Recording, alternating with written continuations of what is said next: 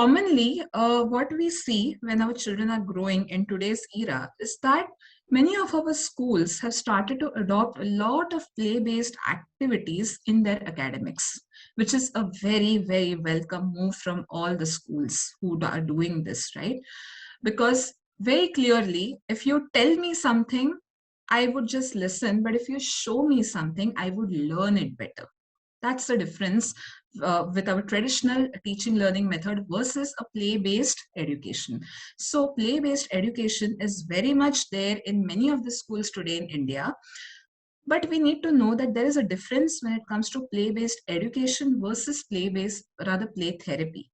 So in play-based education, we have predefined goals in terms of what the kids should be learning out of that play activity. It is decided by the teacher. The control is not with the child as to how he is supposed to play and learn. All the activities are decided by the teachers. So somewhere it can always happen that whether a child is comfortable or not comfortable doing that activity, happy or not happy doing that activity, it has to be done with all other children. Okay, and at the end, we are expecting some very definite outcomes that, okay, the child should learn ABC things. Okay, so majorly it can be teacher centric, designed by teacher. Children have to follow it. It is going to have predefined goals, and the applicability is for helping children to learn academics. But when I'm talking of play therapy, here, first and foremost thing, it is completely child centric to begin with.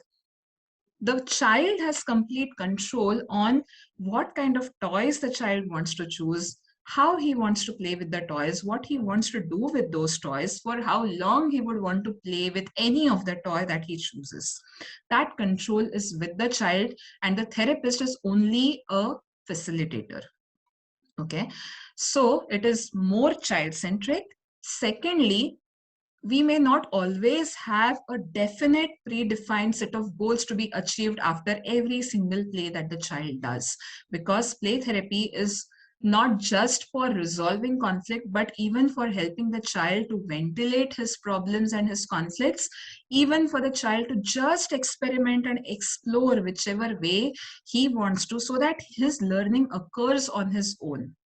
So that's why we may not always have a definitive predetermined goals, unlike what we have in academics.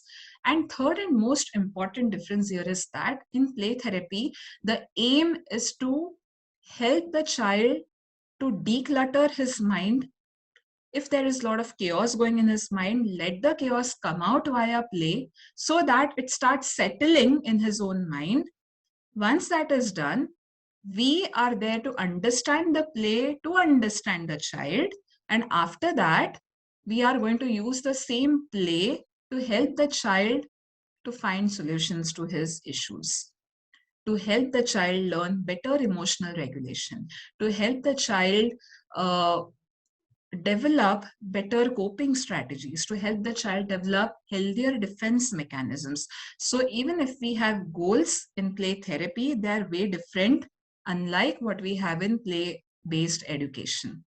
So these are a few fundamental differences that we need to keep in mind.